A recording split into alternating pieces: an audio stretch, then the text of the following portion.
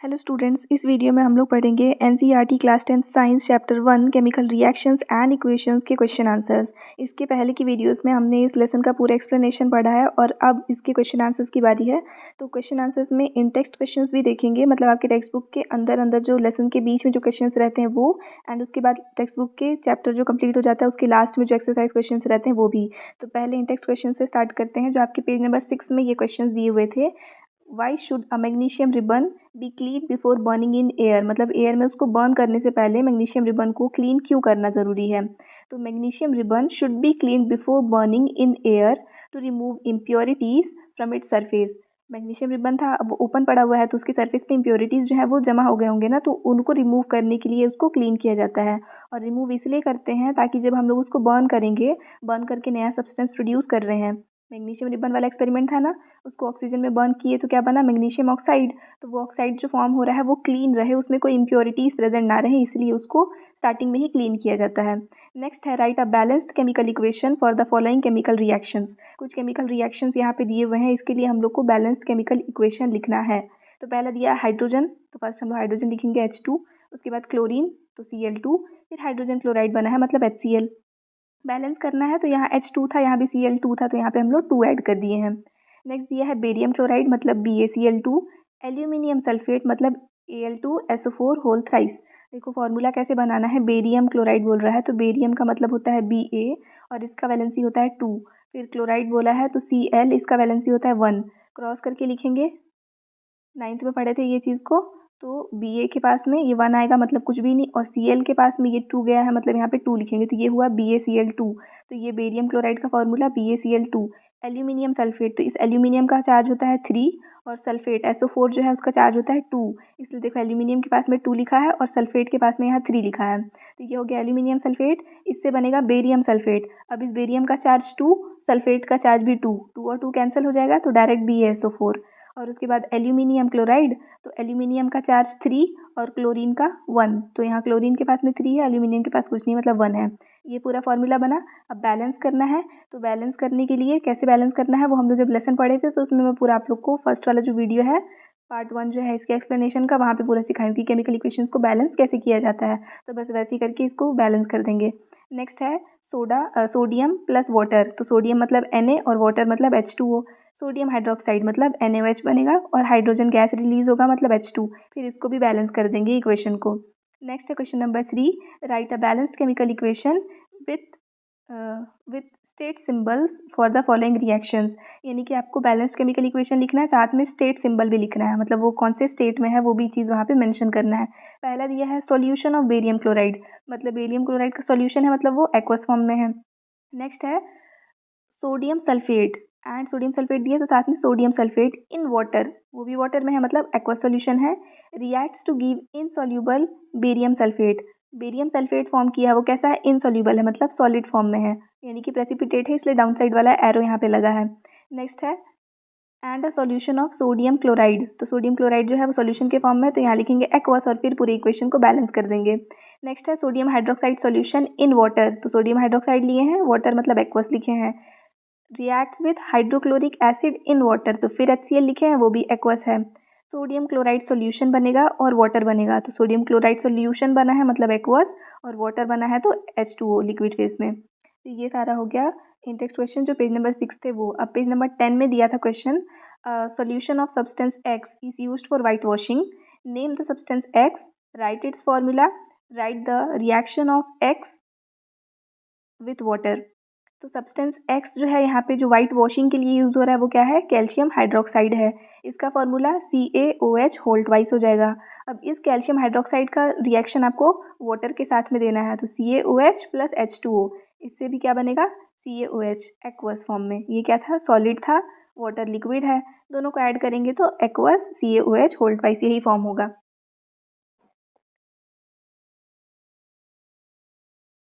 Question number 2, Y is the amount of gas collected in one of the test tubes in activity 1.7 double to the collected amount collected in the other, name this gas। अब देखो activity 1.7 एक बार book में open करके देखना, वहाँ पे हम लोग देखे थे इलेक्ट्रोलिसिस ऑफ वाटर वाला एक्सपेरिमेंट। तब उसमें ये बोल रहा है कि 2 डिफरेंट टेस्ट ट्यूब्स थे, तो एक में जो है वहाँ पे ज़्यादा अमाउंट ऑफ गैस कलेक्ट हुआ था और एक में कम हुआ था। तो जो ज़्यादा कलेक्ट हुआ था उस गैस का नाम क्या है और वो क्यों हुआ था? तो activity 1.7, the amount of gas collected in one of the test tubes is double the amount in the other test tube because hydrogen gas is produced at one electrode and oxygen gas is produced at other electrode in ratio 2:1 due to electrolysis of water। देखो water जब हम लोग formula लिखेंगे H2O तो क्या ratio है? 2:1 का ratio है, 2 हाइड्रोजन और 1 ऑक्सीजन, ये रेशियो है। तो जब इससे गैस फॉर्म होगा तो अगर एक मॉलिक्यूल ऑक्सीजन गैस बना है तो वहीं पर हाइड्रोजन का डबल बनेगा। इसलिए यहाँ पे एक गैस डबल बना था और एक सिंगल। तो जो डबल बना है वो कौन सा है? Hydrogen. The gas collected in double amount is hydrogen. Next question number 1, page number 13. तो पेज नंबर 13 का फर्स्ट क्वेश्चन है, why does colour of copper sulphate solution change when an iron nail is dipped in it. तो जब कोई एक iron nail हम लोग copper sulphate solution में डालते हैं तो उसका कलर क्यों चेंज हो जाता है? क्योंकि ये जो आयरन नेल है वो इस कॉपर को डिस्प्लेस कर देता है, क्योंकि आयरन जो है वो मोर रिएक्टिव मेटल है। और हम लोग पढ़े थे कि डिस्प्लेसमेंट रिएक्शन में जो मोर रिएक्टिव मेटल है वो लेस रिएक्टिव मेटल को डिस्प्लेस कर देता है। So when an iron nail is dipped in copper sulfate solution, iron displaces copper. Copper is deposited on the surface of iron nail and ferric sulfate is formed, which is colorless. This causes the blue color of copper sulfate solution to fade.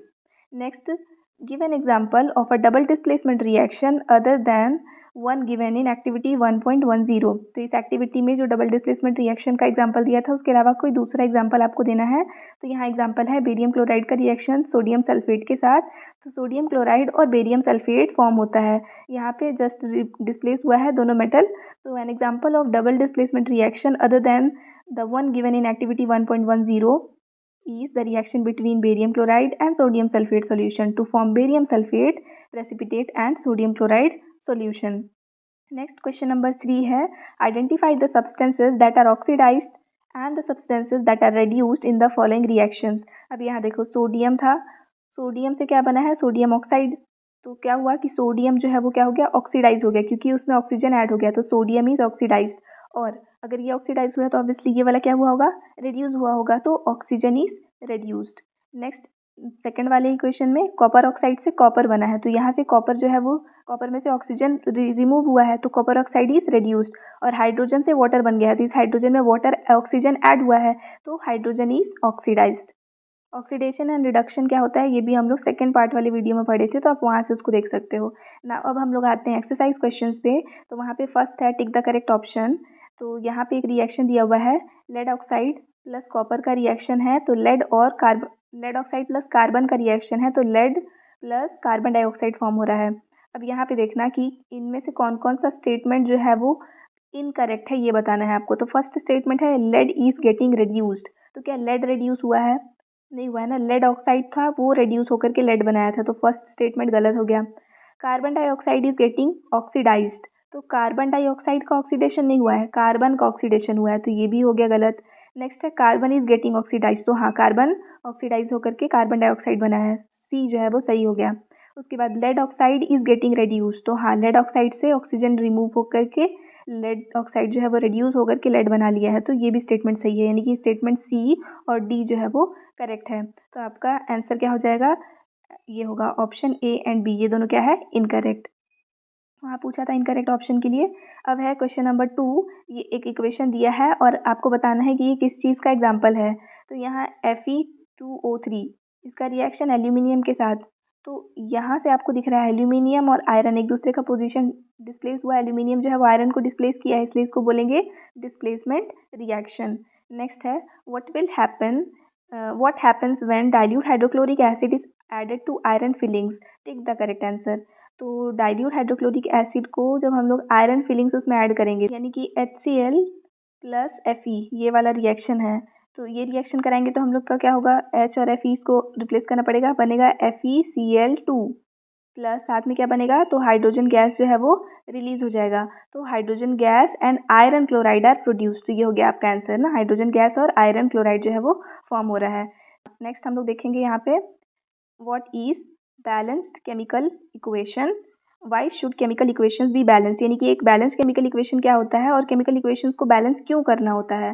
तो an equation having equal number of atoms on each element on both side is called balanced chemical equation. और chemical equation को balance करना होता है ताकि हम लोग law of conservation of mass को सेटिस्फाई कर पाएँ। नेक्स्ट है question number 5, translate the following statements into chemical equations and then balance them. जो स्टेटमेंट दिए हुए हैं उसके केमिकल इक्वेशंस बनाने हैं और उसके बाद उसको बैलेंस करना है। तो पहले देखते हैं हाइड्रोजन गैस, तो लिखिए hydrogen gas combines with nitrogen, तो N2 फॉर्म्स अमोनिया, तो NH3। अब बैलेंस करना है, तो यहाँ आपको दिख रहा है बैलेंसिंग का रूल क्या था, जहाँ पे ज़्यादा नंबर में जो भी एलिमेंट है पहले उसको बैलेंस करते हैं।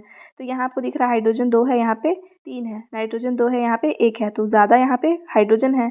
हाइड्रोजन क्योंकि यहाँ 3 था और यहाँ 2 था। आप देखो इसको बैलेंस करने के लिए 3 को और 2 ये दोनों ऑड इवन है। जब ऑड इवन केस में आता है तो क्या करेंगे, 3 इंटू 2 और 2 इंटू 3, तब दोनों इक्वल हो जाएगा। तो यहाँ क्या करोगे आप, जिसके पास में 3 लिखा था उसके सामने 2 लिख देंगे और जहाँ 2 लिखा था उसके सामने 3 लिख देंगे। अब दोनों हो गया 6। जब दोनों 6 हो गया है तब उस केस में देखो फिर क्या नाइट्रोजन बैलेंस हो जा रहा है। तो हाँ, एन के सामने हम लोग 2 लिखे और ये N2 ही था तो ये भी बैलेंस हो गया। तो ये आया आपका बैलेंस्ड केमिकल इक्वेशन। नेक्स्ट है बेरियम सल्फाइड, नेक्स्ट है hydrogen sulphide gas burns in air to give water and sulphur dioxide. तो हाइड्रोजन सल्फाइड गैस था तो हम लोग गैस लिखे हैं यहाँ पे। हाँ, उसके स्टेट को भी मेंशन करना होता है। जब भी केमिकल इक्वेशंस हम लोग लिख रहे हैं तो बैलेंस्ड केमिकल इक्वेशन में स्टेट भी मेंशन रहता है। तो हाइड्रोजन सल्फाइड गैस तो H2S गैस के फॉर्म में बर्न्स इन एयर, तो एयर मतलब ऑक्सीजन के साथ रिएक्शन है, उसको भी गैसियस फॉर्म में लिखेंगे। तो क्या बन रहा है, वाटर और सल्फर डाइऑक्साइड। तो यहाँ लिखिए वाटर लिक्विड फॉर्म में, सल्फर डाइऑक्साइड गैसियस फॉर्म में।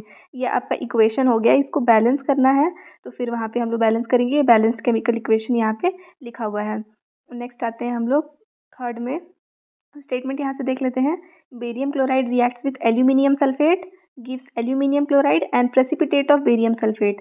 तो यहाँ दिख रहा है आपको barium chloride reacts with aluminium sulphate तो लिख दिए, और एल्यूमिनियम क्लोराइड बनता है और बेरियम सल्फेट का वो बन रहा है यहाँ पे प्रेसिपिटेट। तो यहाँ लिखे हैं सॉलिड के फॉर्म में, फिर उसको बैलेंस कर देंगे। नेक्स्ट वाला स्टेटमेंट क्या दिया हुआ है, potassium metal reacts with water gives potassium hydroxide and hydrogen. तो पोटेशियम मेटल बोला है तो यहाँ पोटेशियम को लिखे हैं सॉलिड फॉर्म में, वाटर के साथ रिएक्शन हुआ है लिक्विड फॉर्म में, पोटेशियम हाइड्रोक्साइड बना है लिक्विड ही रहेगा, और हाइड्रोजन बना है वो गैसियस फॉर्म में रहेगा। ये इक्वेशन और उसका बैलेंस्ड इक्वेशन दोनों दिया हुआ है। नेक्स्ट क्वेश्चन नंबर 6 है balance the following chemical equations. अब यहाँ सिर्फ बैलेंस करना बोला है तो ये सारा इक्वेशन है और ये इसके बैलेंस्ड फॉर्म में है। मैं आपको बैलेंसिंग को बहुत डिटेल में यहाँ पे नहीं बता रही हूँ क्योंकि लेसन के एक्सप्लेनेशन में हम लोग कैसे बैलेंस करना है वो पूरा स्टेप बाय स्टेप देखे हैं। तो यहाँ आप इसके आंसर देख सकते हो, बस जो बैलेंस किया हुआ है वो बोल्ड में यहाँ पे नंबर ऐड कर दी हूँ। नेक्स्ट है क्वेश्चन नंबर 7, ये भी सेम वही है, balance chemical equation following reactions के हम लोग को लिखने हैं। तो कैल्शियम हाइड्रोक्साइड मतलब CaOH whole twice, carbon dioxide मतलब CO2, कैल्शियम कार्बोनेट मतलब CaCO3 और वाटर यानी कि H2O। मेरे को बताना आप कैल्शियम कार्बोनेट का से रिजेंबल करता हुआ मतलब CaCO3 और किसका फॉर्मूला होता है, हम लोग लेसन में पढ़े थे। नेक्स्ट देखो, अब ये पूरा जो है इक्वेशन जो आया है वो पूरा ऑलरेडी बैलेंस्ड है तो इसको अलग से बैलेंस नहीं करना पड़ेगा। सेकेंड है जिंक सिल्वर नाइट्रेट मतलब AgNO3, फिर जिंक नाइट्रेट मतलब ZnNO3 होल ट्वाइस और फिर सिल्वर, तो यहाँ लिखें, फिर उसको बैलेंस करेंगे। फिर यहाँ पे एल्यूमिनियम तो Al, कॉपर क्लोराइड मतलब CuCl2, एल्यूमिनियम क्लोराइड मतलब AlCl3 और कॉपर, फिर बैलेंस करेंगे। और लास्ट में फिर बेरियम क्लोराइड और पोटेशियम सल्फेट, फिर बेरियम सल्फेट और पोटेशियम क्लोराइड। देखो इक्वेशंस जो लिखते हैं ना तो उसके नीचे आपको ऐसे करके स्मॉल ब्रैकेट्स में उसका नेम भी लिखना होता है, तो आप वो भी मेंशन करना। नेक्स्ट है फिर यहाँ पे बैलेंस केमिकल इक्वेशंस आपको लिखना है और फिर आइडेंटिफाई करना है कि वो किस टाइप का रिएक्शन है। सबसे फर्स्ट है पोटेशियम ब्रोमाइड मतलब KBr, और बेरियम आयोडाइड लिखे, पोटेशियम आयोडाइड वो लिखे, और फिर बेरियम क्लोराइड वो लिखे। अब आप दिख रहा होगा कि K और Br ये दोनों एक दूसरे को रिप्लेस कर रहा है तो ये डबल डिस्प्लेसमेंट रिएक्शन है। यहाँ पे स्टेट जो है फिजिकल स्टेट वो ऑलरेडी मेंशनड है तो वहाँ आपको ज़्यादा मेहनत नहीं करना पड़ेगा। फिर है जिंक कार्बोनेट वो लिखे हैं, उससे जिंक और जिंक ऑक्साइड और कार्बन डाइऑक्साइड बना है, ये दिख रहा है। तो सिंगल रिएक्टेंट से 2 प्रोडक्ट्स बने हैं तो ये हो गया डिकम्पोजिशन रिएक्शन। फिर यहाँ पे हाइड्रोजन और क्लोरीन दोनों गैस है, कंबाइन होकर के हाइड्रोजन क्लोराइड बना रहा है। तो H2 और Cl2 दोनों कंबाइन हुआ HCl बना है, तो 2 रिएक्टेंट्स कंबाइन होकर के सिंगल प्रोडक्ट बनाए हैं तो कॉम्बिनेशन रिएक्शन। नेक्स्ट है मैग्नीशियम और हाइड्रोजन क्लोराइड, मैग्नीशियम और हाइड्रोजन क्लोराइड, मैग्नीशियम क्लोराइड और हाइड्रोजन तो Mg और HCl, तो MgCl और H। अब यहाँ पे सिर्फ मैग्नीशियम जो है वो रिप्लेस किया है किसको, तो हाइड्रोजन को, और उसके बाद ये हाइड्रोजन जो है वो गैस की फॉर्म में रिमूव हो जा रहा है, इसलिए ये हुआ डिस्प्लेसमेंट रिएक्शन, सिंगल टाइम हुआ है displacement. Question number 9, what does one mean by exothermic and endothermic reaction? Give example। तो एक्सोथर्मिक रिएक्शन क्या होता है, जहाँ पे हीट एनर्जी रिलीज होता है, heat energy is given out, example combustion. और a reaction in which heat energy is taken in, यानी एब्जॉर्ब हो रहा है, is known as endothermic reaction, example respiration. Next, why is respiration considered as an exothermic reaction. अब respiration को exothermic reaction क्यों बोलते हैं, तो रेस्पिरेशन के प्रोसेस में जो ग्लूकोज है उसका ऑक्सीडेशन होता है, और इस ऑक्सीडेशन के टाइम पे हीट एनर्जी जो है वो रिलीज होता है। तो एक ऐसा रिएक्शन जहाँ पे हीट एनर्जी रिलीज हो उसको तो एक्सोथर्मिक बोलते हैं। Therefore respiration is considered as an endothermic reaction. Next है, why are decomposition reactions called the opposite of combination reaction, write equation of for these reactions. तो डिकम्पोजिशन रिएक्शन को combination reaction का opposite क्यों बोलते हैं, तो in decomposition reaction single compound breaks down to produce two और more simpler substances, example carbon, और ये ना इक्वेशन सॉरी अपोजिट हो गया, डिकम्पोजिशन रिएक्शन बोला है तो सिंगल कंपाउंड है, ये वाला जो एग्जांपल है ना वो इसमें लिखना, ठीक, थोड़ा सा रिप्लेस हो गया है। तो डिकम्पोजिशन रिएक्शन में सिंगल कंपाउंड ब्रेक होकर के टू या उससे ज़्यादा कंपाउंड बनाता है, और वहीं कॉम्बिनेशन रिएक्शन में दो या उससे ज़्यादा सब्सटेंसेस, ये है, दोनों कंबाइन होकर के new substance, single substance form करते हैं। तो ये दोनों एक दूसरे का जस्ट अपोजिट ही दिख रहा है, इसलिए डिकम्पोजिशन रिएक्शन जो है वो कॉम्बिनेशन का जस्ट अपोजिट होता है। नेक्स्ट है, write one equation for the decomposition reaction where energy is supplied in the form of heat, light और इलेक्ट्रिसिटी। तो आपको एक एक एग्जाम्पल लिखने हैं डिकम्पोजिशन रिएक्शन के, और तीनों में जो एनर्जी है वो डिफरेंट फॉर्म में रिलीज हो रहा है। लेसन को समझाते वक्त मैं आपको वहाँ पे पढ़ाई थी कि थर्मल डिकम्पोजिशन मतलब डिकम्पोजिशन रिएक्शन वो 3 टाइप से होता है, हीट के प्रेजेंस में जिसको थर्मल डिकम्पोजिशन बोलते हैं, लाइट के प्रेजेंस में, और एक बार इलेक्ट्रिसिटी के प्रेजेंस में। तो हीट के प्रेजेंस में हम लोग देख सकते हैं कैल्शियम कार्बोनेट, हीट करेंगे उसको तो कैल्शियम ऑक्साइड और कार्बन डाइऑक्साइड बन रहा है, सिंगल से दो बने हैं, डिकम्पोज हुआ। फिर लाइट के प्रेजेंस में जैसे सिल्वर ब्रोमाइड था, लाइट के प्रेजेंस में रिएक्ट करेंगे तो सिल्वर और ब्रोमीन अलग अलग हो जा रहा है। और इलेक्ट्रिसिटी है तो वाटर है, इलेक्ट्रिसिटी कंडक्ट कराएंगे, पास करेंगे वहाँ से, तो हाइड्रोजन और ऑक्सीजन गैस सेपरेट हो जाते हैं। तो ये हो गया उसका एग्जाम्पल। फिर नेक्स्ट है, what is the difference between displacement and double displacement reaction, right equations for this reactions. दोनों में क्या डिफरेंस है, तो displacement reaction more reactive metal displaces less reactive metal, example क्या दे सकते हैं उसका, Fe और CuSO4। इसमें Cu जो है वो Fe जो है वो कॉपर को रिप्लेस कर देगा, आयरन जो है वो कॉपर को रिप्लेस कर देगा, यहाँ पे तो कॉपर और आयरन सल्फेट बन गया। नेक्स्ट है फेरस सल्फेट, और नेक्स्ट यहाँ पे क्या है, डबल डिस्प्लेसमेंट रिएक्शन, यानी कि दो रिएक्टेंट्स जो हैं सॉल्यूशन के वो आपस में आयंस को एक्सचेंज कर लेते हैं, जैसे सिल्वर और NaCl, ये दोनों यहाँ पे सोडियम और सिल्वर एक्सचेंज हो जाएगा, दोनों के आयंस यहाँ पे एक्सचेंज हो जाएंगे, तो वो यहाँ पे फॉर्म हो रहा है, ये हो गया डबल डिस्प्लेसमेंट। नेक्स्ट है question number 14, in the refining of silver, the recovery of silver from silver nitrate solution involved displacement of copper metal, write down the reaction involved। आपको सिर्फ रिएक्शन लिखने बोल रहा है कि सिल्वर के रिफाइनिंग में सिल्वर नाइट्रेट का रिएक्शन जो है कॉपर के साथ में कराते हैं तो सिल्वर जो है वो सेपरेट हो जाता है। तो देखो सिल्वर नाइट्रेट है, कॉपर के साथ रिएक्शन कराएंगे तो क्या बन जाएगा, कॉपर नाइट्रेट और सिल्वर जो है वो अलग हो जाएगा। तो ये प्रोसेस होता है सिल्वर के रिफाइनिंग का। नेक्स्ट है question number 15, What do you mean by precipitation reaction? Explain by giving examples। Precipitation reaction क्या होता है, तो एक ऐसा रिएक्शन जहाँ पे इनसोल्यूबल सॉलिड फॉर्म होता है, उस इनसोल्यूबल सॉलिड को प्रेसिपिटेट बोलते हैं, और इस पूरे रिएक्शन को प्रेसिपिटेशन रिएक्शन बोलते हैं। ये जो इनसोल्यूबल प्रेसिपिटेट है वो जो सॉल्यूशन है उसमें नीचे सेटल हो जाता है। So a reaction in which an insoluble solid called precipitate is formed that separates from the solution is known as precipitation reaction। Example क्या लेंगे, when barium chloride reacts with aluminium sulfate, it forms aluminium chloride and barium sulfate as precipitate। Next है, explain the following in terms of gain और loss of oxygen। और दो example भी देने हैं, oxidation को गेन और लॉस ऑफ ऑक्सीजन के टर्म्स में एक्सप्लेन करना है, रिडक्शन को भी। तो oxidation means gain of oxygen, example carbon plus oxygen या फिर सल्फर प्लस ऑक्सीजन, तो कार्बन डाइऑक्साइड और सल्फर डाइऑक्साइड। वहीं पे reduction means loss of oxygen, तो एग्जाम्पल में आप क्या ले सकते हैं, जैसे जिंक ऑक्साइड है, कार्बन के साथ रिएक्ट किए तो जिंक में से ऑक्सीजन निकल गया है तो रिडक्शन हुआ। फिर ये कॉपर ऑक्साइड है, तो कॉपर में से ऑक्सीजन निकल जा रहा है, तो ये भी रिडक्शन हुआ। नेक्स्ट है क्वेश्चन नंबर 17। अ shiny brown coloured element x, एक एलिमेंट है एक्स जो कि शाइनी ब्राउन कलर का है। On heating in air gives black colour, heat कर रहे हैं तो ब्लैक कलर फॉर्म कर रहा है। तो ये जो एलिमेंट एक्स है वो क्या है, और जो ब्लैक कलर्ड कंपाउंड बन रहा है वो क्या है। तो एलिमेंट एक्स जो है वो क्या है, कॉपर है, और जो ब्लैक कलर्ड कंपाउंड बना है वो कॉपर ऑक्साइड है। यहाँ पे रिएक्शन आपका दिया हुआ है। नेक्स्ट है why do we apply paint on iron articles, जो भी आयरन आर्टिकल्स होते हैं उसमें पेंट क्यों लगाते हैं।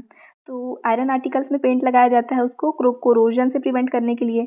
कोरोजन क्या होता है, तो एयर और मॉइस्चर, एयर में जो मॉइस्चर है, ऑक्सीजन और वाटर, इन सब चीज़ों के साथ रिएक्ट करके जो भी आयरन आर्टिकल्स हैं वो कोरोड हो जाते हैं। तो उसी कोरोजन से उसको बचाने के लिए क्या करते हैं, वी अप्लाई पेंट। पेंट जो है वो क्या करेगा कि आयरन आर्टिकल्स को एयर और वाटर के कांटेक्ट में नहीं आने देगा, और उस वजह से वो क्या करेगा, उसको डैमेज से बचा लेगा, रस्टिंग से बचा लेगा। Question number 19।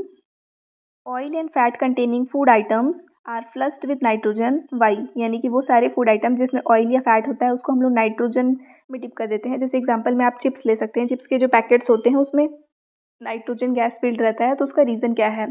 तो ऑयल और फैट कंटेनिंग जो भी फूड आइटम्स होते हैं उनको नाइट्रोजन में रखने का रीज़न ये है ताकि वो जो है वो फ्रेश रहें, यानी कि जो भी एयर होता है उसमें ऑक्सीजन या मॉइस्चर प्रेजेंट है, तो ऑक्सीजन के साथ रिएक्ट करके वो सब्सटेंसेस ऑक्सीडाइज हो जाते हैं और रैंसिड हो जाते हैं। तो इसी रैंसिडिटी से प्रोटेक्ट करने के लिए उनको नाइट्रोजन में डिप कर देते हैं। नेक्स्ट है explain the following terms with one example. तो एक दिया है कोरोजन। कोरोजन क्या होता है, the process of deterioration of metal surface due to the action of air and water is known as corrosion. Example rusting of iron है, यहाँ पे आप टार्निशिंग ऑफ सिल्वर भी लिख सकते हैं, या फिर development of green coating on copper, जो भी एग्जाम्पल चाहें। उसके बाद पूछा है रैंसिडिटी। अब रैंसिडिटी को कैसे एक्सप्लेन करेंगे, तो the condition produced by aerial oxidation of fats and oil in food marked by unpleasant smell and taste is called rancidity. Example क्या होगा, चिप्स का जो टेस्ट है वो चेंज हो जाता है जब हम लोग उसको एयर में एक्सपोज कर देते हैं। अब यहाँ तक कंप्लीट हो गया आपके इस पूरे लेसन के क्वेश्चन आंसर्स, इन टेक्स्ट के भी और एक्सरसाइज के भी ना। आई होप कि आपको ये पूरा वीडियो जो है वो समझ में आया होगा।